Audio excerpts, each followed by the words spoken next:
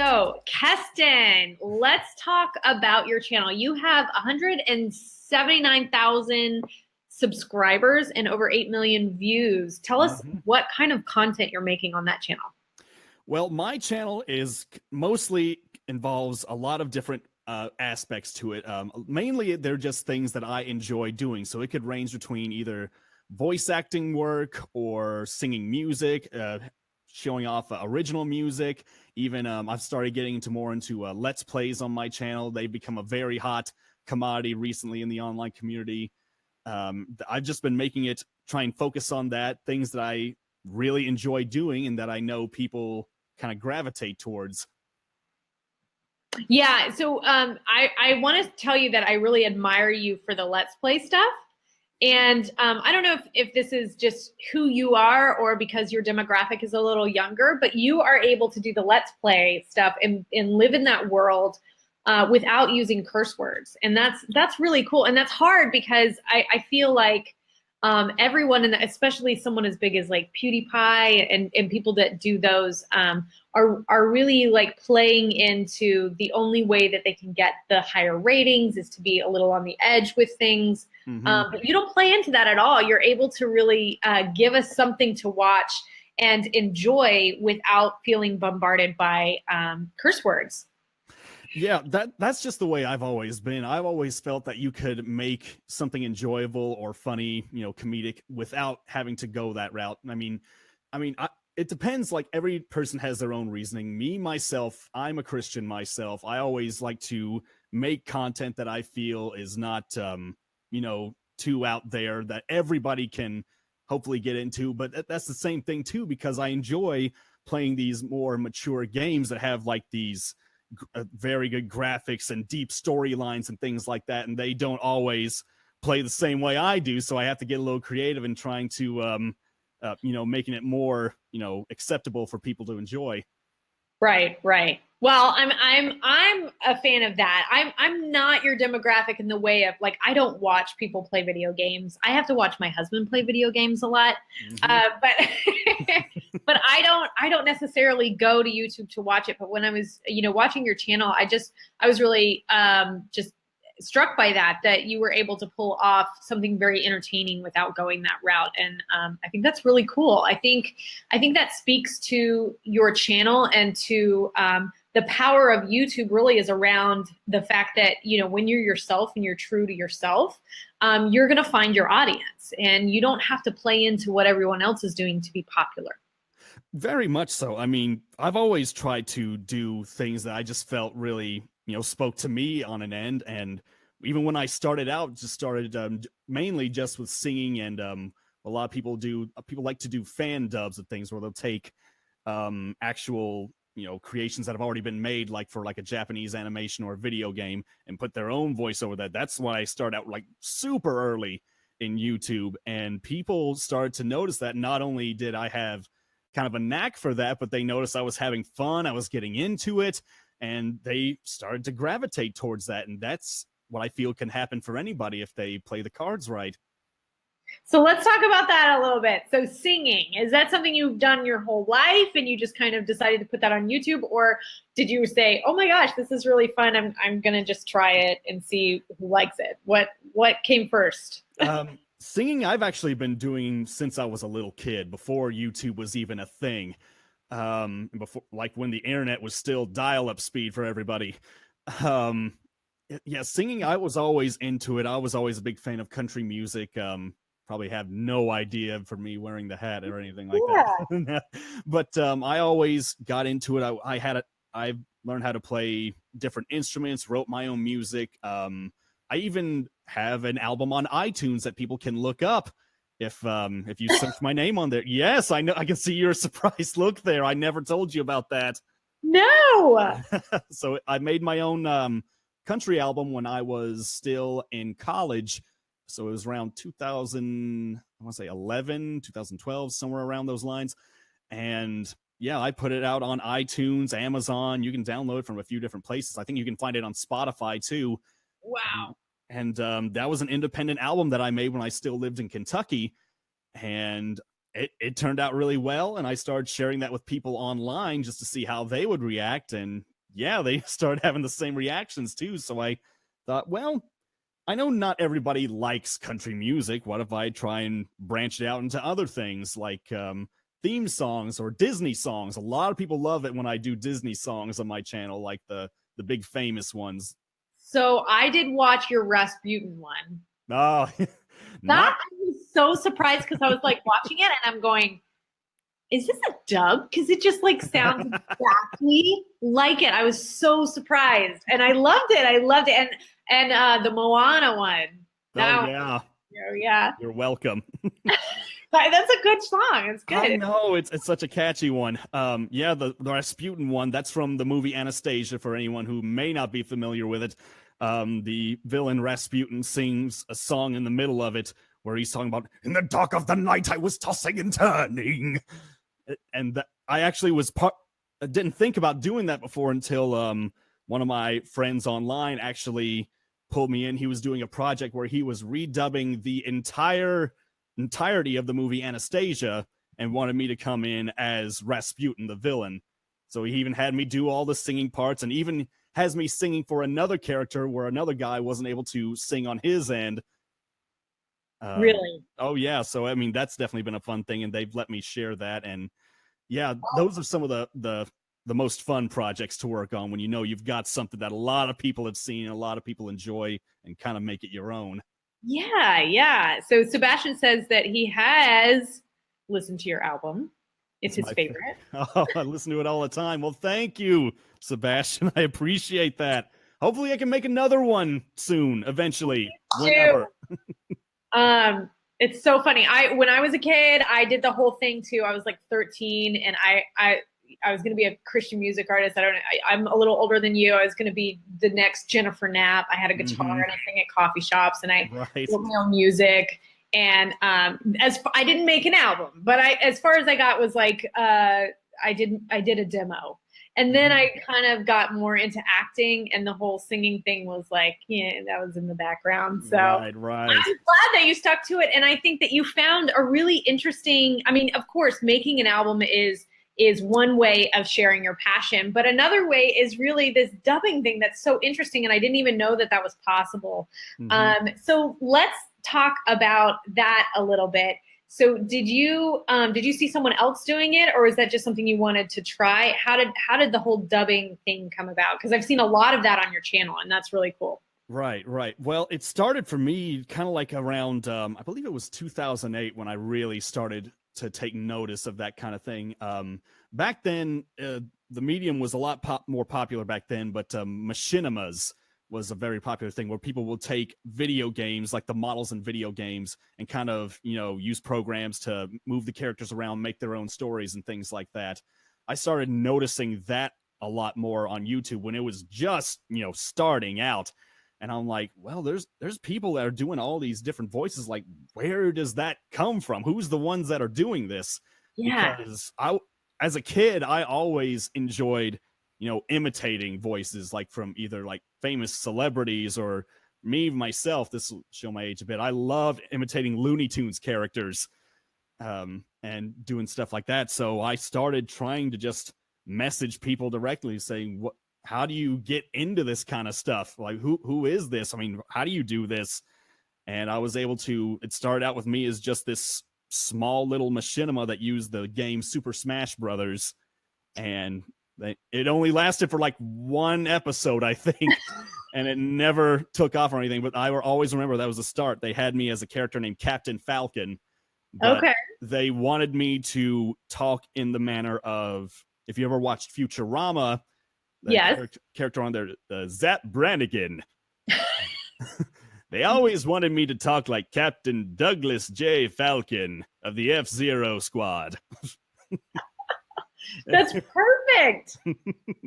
That was my humble little start. And then as that went on, I started to meet more and more people that showed me more of that this was an actual job that people do. And I never realized it at that point. Yeah, I have the same situation in my career path. I didn't understand that like hosting was a job. you know, and I had a degree in communications, but it was public speaking was like my passion, but I didn't want to read the news. I didn't want to be you know, a journalist. You know, I wanted to host shows. I wanted to be a host. And then I found out, I was like, I want to do what that person's doing. And this is kind of dating myself, but Trading Spaces was kind of a thing. Yeah. That house swapping show. And I was like, Paige Davis is not a home designer. Who is she? Like, what is her role on the show? And I realized, you know, she's a host. And I was like, that's exactly it. And that's kind of how I got into my hosting.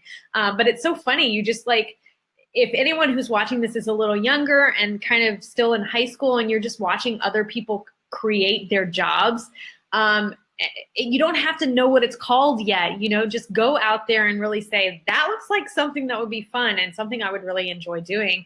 And just start creating content around that on your channel or whatever you decide. It doesn't have to be YouTube. It can be something else.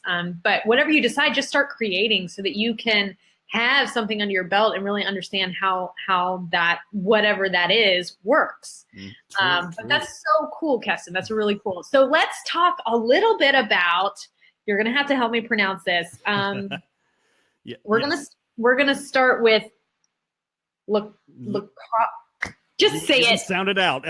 Okay. Lucarios. Yes. I did it? Yes, okay. LucariosKlaw. You got it. I got it. Okay, LucariosKlaw. Let's talk about that character. In that is that a character or is that your voice actor name? Is that your? Explain that to us. Yeah. Let me explain a little bit. Back when I was just starting out on YouTube, I originally just got on there and just used my name. I just had my name as Kestin24 because I mean, how many Kestins could there possibly be out there? And then I met this small group of voice actors, and, you know, this bunch of friends together, and they were holding auditions they were starting up a little group, and I remember their name. They were called Six Sage Studios, and they were trying to find 2 extra people, a boy and a girl, you know, just to join up in the group. And they held auditions. They had like a big like contest set up where we made like different videos and submitted, and if they liked it, you moved on. Well, I eventually won and got myself a spot. And the reason it was called Six Sage Studios, because it's based off, if anyone's played Legend of Zelda or like Ocarina of Time, there was like 6 sages in there that each represented an element. And they had me for light. And they said, you need to pick a character for yourself that represents, you know, light, because that's what you're going to be. And I'm like, well, I could always just pick a guy or something, but I thought I'd just make something a little different. And I came across the Pokemon Lucario, because that's what the name is based on. Okay. All right. Spin it a little bit. So I just made it sound cool at the time. I put LucariosKlaw at the end and then replaced the C with a K, LucariosKlaw. And eventually I thought I was going to be changing that name because I'm like, there's no way I'm just going to keep with this. But surprisingly, the name stuck. It's stuck. It's been used for me, and so many times I've been credited in videos now, and people, I mean, even my audience now seems to like, you know, the character of Lucario, seeing a Lucario wearing a hat like this, and that's just kind of become my thing. So I'm like, okay, I guess I'm sticking with it. Yes, that's it. Awesome. Well, I love it. Okay, so that's where that came from. And then after you had your a little bit of voice acting under your belt, tell us a little bit more about Zane and Afmao. Yes. Afmao.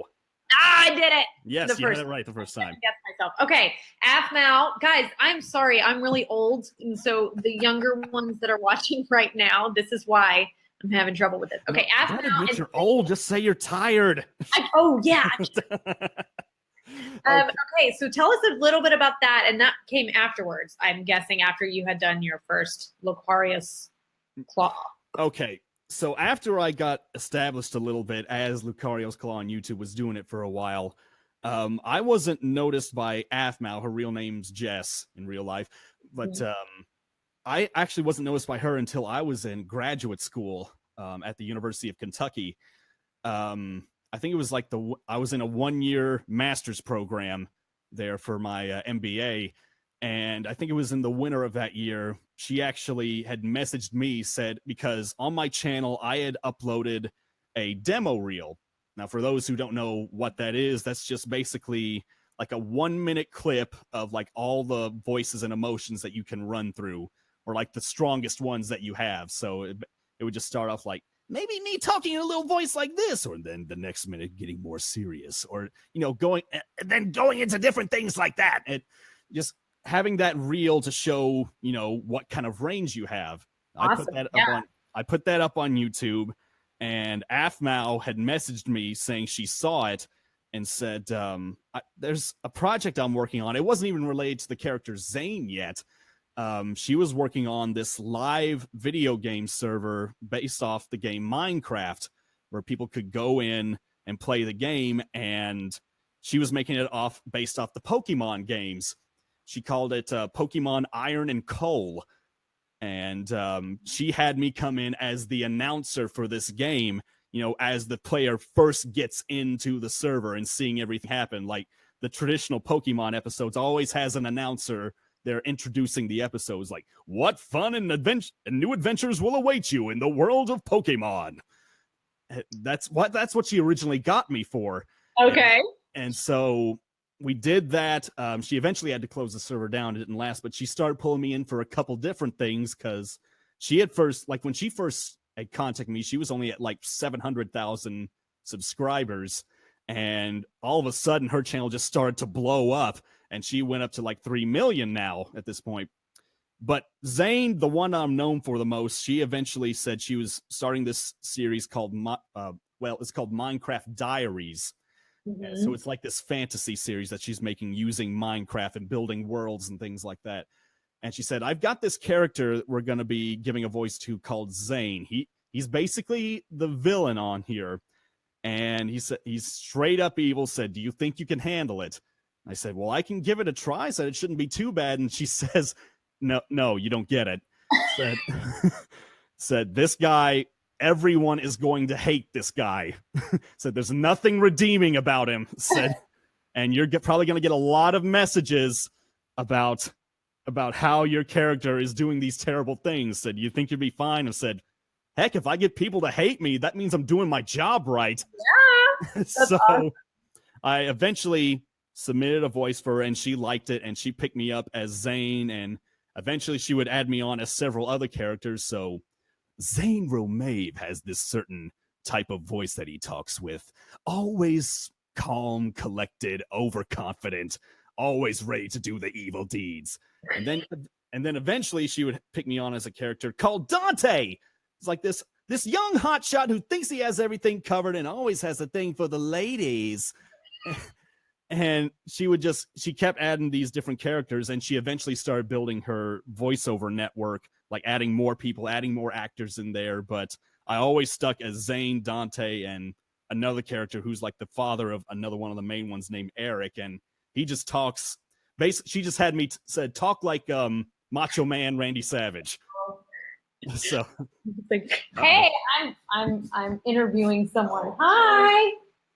Sorry. So you tell me, you do 3 different characters and you're playing at the same time? Well, for some of the episodes that she does, she actually pre-records them. So a lot of the episodes, she has like this big series going on with the Minecraft Diaries, My Street. She makes like several different series at a time. She'll write out the story. She'll send it off to the voice actors to record their lines. Sometimes multiple times, in case she needs like different inflections on the line. And then we send it back to her, and then she starts building the actual episode around that. She actually has her own studio in Seattle, Washington, where she's at, called Blue Jay Studios. And She has this team of animators there that she works with, along with her husband. And they work using Minecraft, building these worlds, animating these characters and things like that. So for a long time, it didn't start as me playing or anything, but eventually she started getting more into playing, doing Let's Plays on her channel using Minecraft. She'd build like these original games using Minecraft, and then had the idea of start bringing the characters like into the game, play the game as if they were actually there. So at that point, I started to play more, playing my character, and that turned out to be a very good improv practice on my end, because we had to do stuff, live on the point, just trying to make something entertaining, right on the spot. So do you when you're recording those, do you feel like you can go back and forth really quickly? Like if you're in the same scene with Zane and what's the other one? Dante, or do you have to like switch very quickly, or do you record them separately? well, luckily in the live games, she hasn't had me, play as both of them at the same time, because that would be very difficult. But there has been points where Zane and Dante have been in the same room, like during an episode, and she would have it to where I have both me and him go at it, for an extended period of time. So I would have to be sure, to differentiate both of them, well enough. So, and it's happened a couple times. So it'd be like Zane busts in on Dante sleeping. He's like, "No, wait, I'm asleep." I said, "Oh, really? Sorry, I couldn't tell." So it was very good practice, just talking with myself, because when you're a voice actor, you basically do that all the time in the booth anyway. So did you, when you got this really great opportunity, obviously you were given something else, but you were able to rise up into be a character. Did you have to buy your own equipment, or was that kind of provided for you? How did that work? At the start, I had some small pieces of equipment. I started out using a little Blue Yeti microphone that you could sit on the desk and plug right into the computer. Those are awesome, yeah. Those are always such a good standard, like, start out mic for people to get into. So if anyone is curious, like if you want a mic to just start out and start practicing, that's a good one to go with. But the more I learned and the more production quality started to get, higher up, I started to realize, well, maybe I should look into stuff that's a little bit more, high end, that would actually, work with like the different things that I'm trying to do. So I had to start researching on it. What I'm using right now is actually the mic I use for recording. It's an AKG C214 XLR microphone. So that basically means you're running an actual microphone XLR cord through to what's called a preamp. And luckily I have a little, I can't, there's too many wires, I can't bring it over here, but it's called a Scarlett mini preamp, which is able to run off a computer's power. And then you plug it into that, and then you run a line through the preamp to the computer, basically increasing the quality of your recording. And along with that, I had to get mic stands. I had to get some kind of like insulation, whether it be foam, or I've seen people even use giant quilts, just put around them, just try and cut down any echoes or volume that you may have, because that can be picked up pretty easily by a discerning ear when you're recording things like this. Right. And even with my Let's Plays now, you can see right behind me, I've got a green screen now that I use, a collapsible green screen that I can use for these all the time, and it's turned out to be very useful. What software do you use for your Let's Play? For the Let's Play, well, most of the time right now I've just been playing games on Steam recently, but I have equipment that lets me play off of console games like PlayStation or Nintendo Switch. But for the software, I use a OBS Studio. Yeah. It is a free software that you can download online, and if you have the right equipment, like with a webcam and a green screen like this, you can just go ahead and what they call chroma key this screen out and look like you're just sitting right there in front of the screen on the game. Very easy software to use as long as you have everything. And yeah, it's been working pretty well. Awesome. So I've got one more question for you. And then I want, if you're on live right now, go ahead and start typing your questions. I'm going to start putting them up for Kestin to see. But before we get to everyone else's questions, tell me, what is your favorite kind of content to make? Because we've talked about you singing and dubbing and Let's Plays, and you're doing, you're voicing other characters, and you have done stuff for, what did you say, Family Guy, some other, outsourced stuff. So what is your favorite kind of content to make? And that may be asking you to name your favorite child, but yeah, I know it's so tough to decide. I mean, I've definitely found a new passion in voiceover work. I've definitely enjoy creating these characters, coming up with things on the spot, and to be able to, bring these original creations to life. But part of me also always feels like coming back to singing, because that's where I started in making music. That's where my original wheelhouse was, and I always feel comfortable getting up and doing that now. I guess I'm a little biased towards the singing because, like I said, that's how I started out. But again, voice acting is a very close second, because I found so much joy in doing this kind of thing that I definitely want to keep it up. I mean, it's grown from being just a hobby to me to being more of a lucrative actual side job that I can do now. And I think that's because you were true to yourself and you're putting out stuff that you care about. You're not trying to fit into a mold of what everyone else is doing. So that's a real testament to how YouTube really works, and that you were sticking to your guns. And I'm sure your channel didn't go to 179,000 subscribers overnight. So you just kind of had to keep producing whether people were watching or not. And your audience followed you and they found you. So that's really, really cool. I'm glad. And I think I don't think you have to have a favorite type of content. I hope you produce them all and keep going with it all, because I'm enjoying your channel too. Well, thank you. I mean, and I think that's a good point to drill on, because if you can make content that you're doing a good job for yourself and you're satisfied with it, and you learn how to promote it right, and sending it to, putting it out there, some people will eventually take notice. I mean, it may not, it more than likely will not be 100,000 people notice at one time unless you hit something viral, but people will take notice. Like, that's for me. Like now, like I start making money off of YouTube now, because I started getting to a point, I kept to my guns, and eventually I hit a point where I had enough subscribers. A network actually found me on YouTube and decided to pick me up to monetize my videos. It's channel Frederator. For anyone who doesn't know what that is, that's animation network, where it's mostly meant for animators, like original animators online, but voice actors are accepted as well, and they're run by the same people that have made shows like Adventure Time and The Fairly Odd Parents. So it was definitely fun to be part of that, and I'm still part of it to this day. That's awesome. So yeah, again, so if you are wanting to start a channel, or you have a channel and it's not growing and it's not like gangbusters right away, just stick to your guns on what you enjoy creating. And if you keep creating what you enjoy, your audience will follow.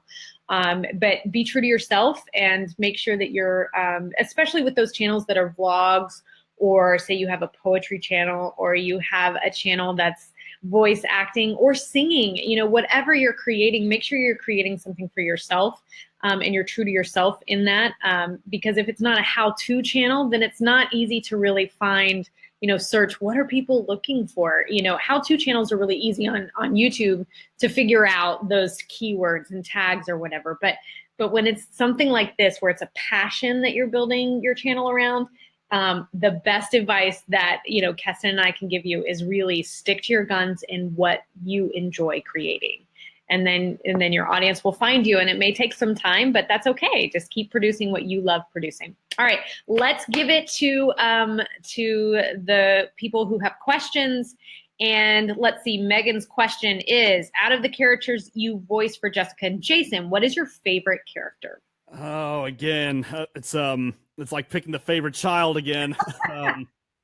Boy, like I said, I've done a lot of different characters at this point now, but I even did characters before, like Zane and Dante and things like that, for different series. But the one that it always seems to come back to and people latch on to the most is Zane, because even in one series he may be the downright evil guy that has no redeeming qualities. There's another series he's in called My Street, where his character is fleshed out a lot more. You actually get to see different sides of him, see him actually care, actually finding love, respect for other people. And yeah, he's become a much more interesting character through that. So yeah, I'd have to give it to Zane.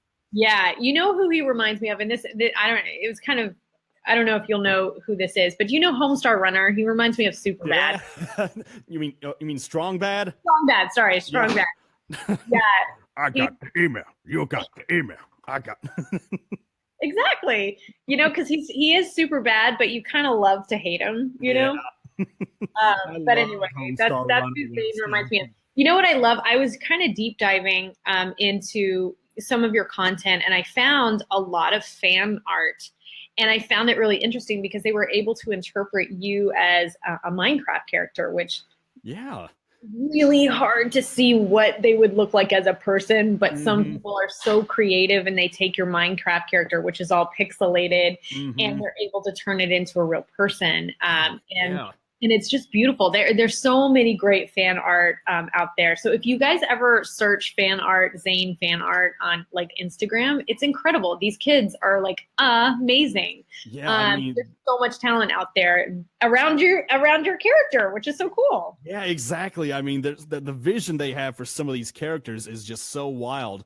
I mean, for AFMAO characters in general. And I've even had people starting to make fan art of me myself, making characters of me along with like my Lucario wearing his hat as well, and me next to my characters. And it's so wild to see that. I never would have had the talent to draw stuff like that. I mean, it's so humbling to see stuff like that. Right. I can't draw. So when I see someone who has that kind of talent, I'm just like, oh, I'm blown away. So if that's you, if you're watching this and you don't have a channel yet, or you don't have an Instagram that you're really developing things, maybe make some of those fan arts, but like speed them up and show actually drawing them. That would be really cool to Yes, build the an speed Instagram paints.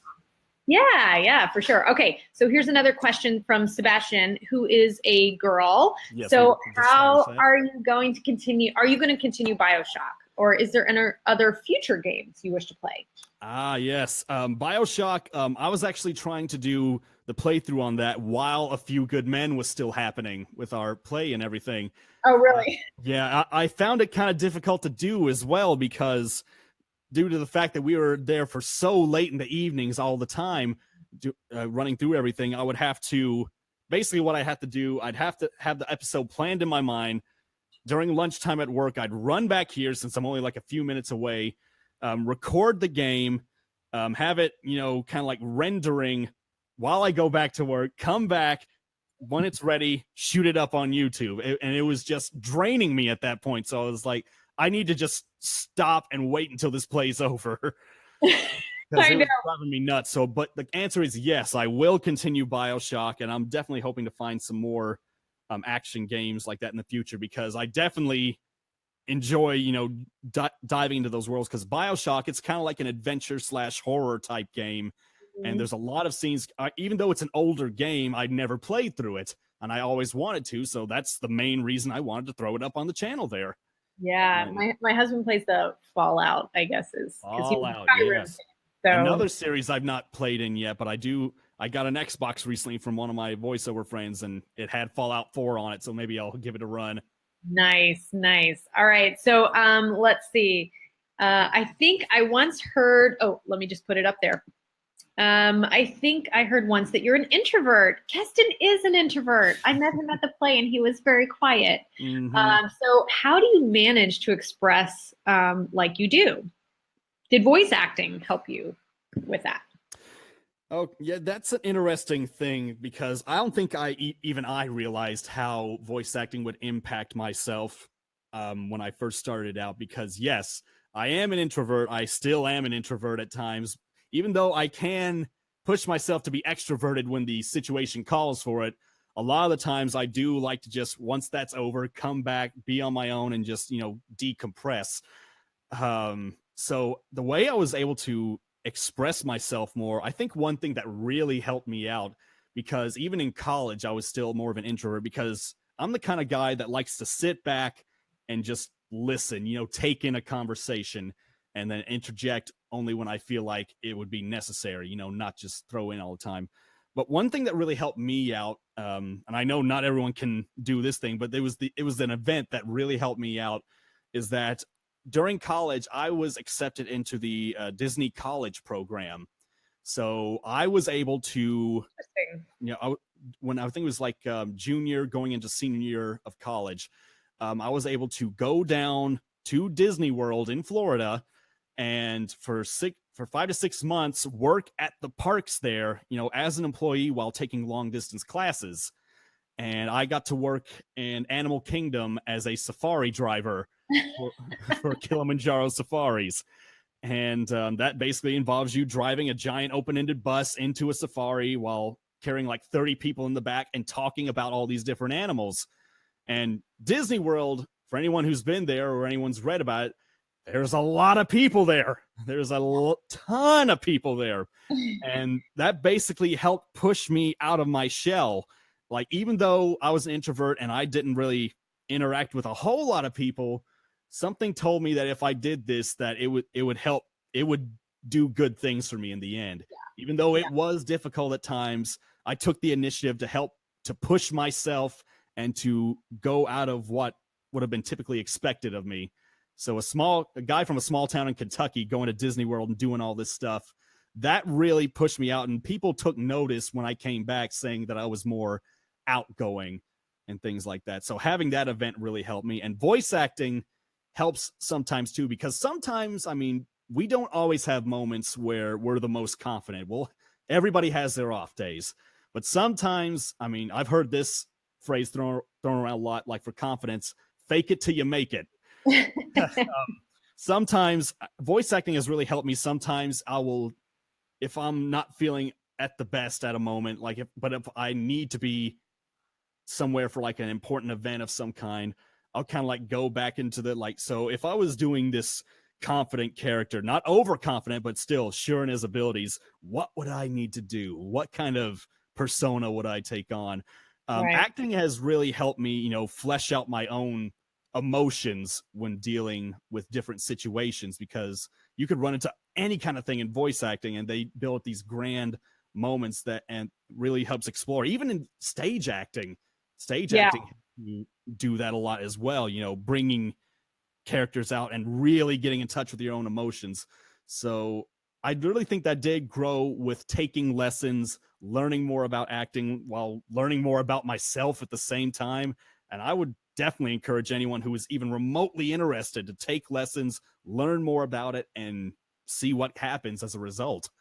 Yeah, invest in your passions, whatever that may be. And I completely wholeheartedly agree with that. Anyone who knows me from back in the day, which would be before college, would know that I'm extremely introverted as well. It wasn't until I got to college and really kind of fell into the public speaking, and I was like, I didn't even like looking at people in the eye when they were talking to me, until I got in and fell into this public speaking and realized, I'm actually really good at this. And I'm still an introvert, like you said, like I need to recharge alone instead of around other people. But I really learned that through something that I'm good at, became a passion. And because I kept going with it, it really fueled something inside me that I didn't have before if I hadn't pursued that and someone kind of told me that was something I was good at. So if there are no more questions, guys, we're going to get off soon. So if you have any more questions, go ahead and drop them below. But I do have a question. Anyone who wants to get into voice acting and maybe doesn't have any connections yet, would you suggest a YouTube channel, or is there another avenue that has kind of come up since you've started that's maybe a newer option for people nowadays that want to get into voice acting? Well, YouTube is still a viable option in some ways. There'll be people, like when I first started out, a lot of people would just make a video and say voice actors needed for this project. Not so much anymore, but it's still good to get on YouTube and make like different things, to practice, like maybe like taking different comic strips and putting your own voice on there, like not going off like a voice that's already been made, like making your own. But there are websites out there now that offer a lot of projects that need people auditioning for them. So you could, I'm trying to remember some of them, like Voice Acting Club, Casting Call Club. I'm part of a new website called Voices US that I'm trying out to see how that works. There's a lot of websites out there where they're offering like these different projects. And if you want to learn more about voice acting or try your hand at it, then get on there, learn about what you need to do to submit an audition. And if you get picked, then, and hopefully if you have a good director, they'll be able to take you through that and you'll start getting the taste for it. But I would also suggest looking up classes as well. And even if you don't live, like me, myself, I don't live in any of the big voice acting markets like Los Angeles or Dallas or New York. if you're there, sometimes you can go to a live class. But for those of us that don't live close to those areas, there are online voiceover classes being taught by professional voice actors. One that I started out with, and I always recommend to people, but it sells out quick. It's by an actor by the name of Crispin Freeman. He is a voice actor, and he runs a website called voiceactingmastery.com. And he has online voice classes where they're very personal. It's only like 5 or 6 people at a time, where we're doing like a live video call, kind of like this. And he'll send you a script with like a character excerpt, you know, like a character that's already been made, like something from Disney or DreamWorks or something like that. And you'll go over in your head, and then you'll do it in the class. He'll stop and give you notes and just work with you personally there. And that's a very good way to build on that. Look up those classes and start building on acting, and even stage acting. If you know like a community theater or at your school or somewhere that is offering that kind of thing, and you just want to try it out and see if you have what it takes, or if you just have a real knack for it, then go there and try that as well. So yeah, there are a lot of different avenues. You never know. You never know. So, okay, guys, we are out of time, but there are still more questions for you, Kestin. So if you're cool with it, maybe jump on the live after we finish this live. Kestin's gonna, maybe, if you're okay with it, answer those questions in comment form. And I definitely will have this on my channel later on. And anyone who's gonna watch this later on or with the replay, you can still drop your questions. We will, if Kestin doesn't see them, I'm going to make sure that he sees them. I'll tag him on them.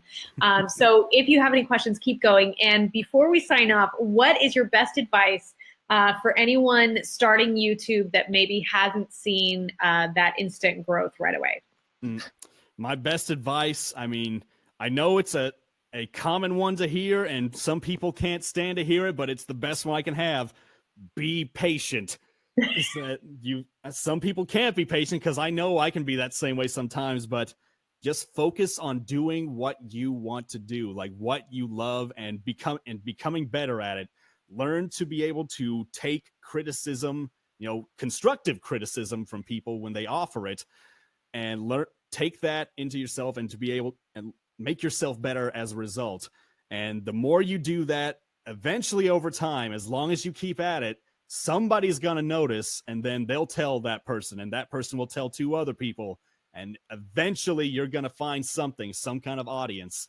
And just take time, build yourself, and be patient. Yeah, absolutely. I mean, Kestin posts a video and there's like 2,000 views on it in like 2 hours, and that didn't happen instantaneously. So you guys, I know that feeling. I've been a part of channels that have posted something, and within 15 minutes, there's like thousands and thousands of views. That doesn't happen overnight. I was a part of a channel and helped build it for 4 years before we really got to that point.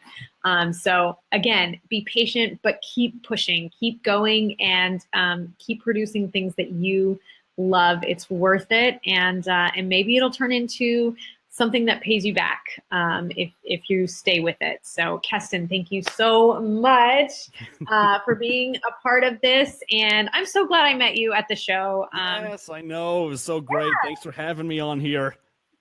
You guys, Kestin is one of the nicest people you will ever met, and super, super talented. So I'm going to have him post all of his information in this live. And of course, if you're watching this on my channel, I'll have it in the description below, where you can follow him on YouTube, Twitter, and everywhere else, and the other channels that he's a part of. So thank you again. And I hope you guys enjoyed this. I'll talk to you later. Okay. Bye, guys. Bye-bye.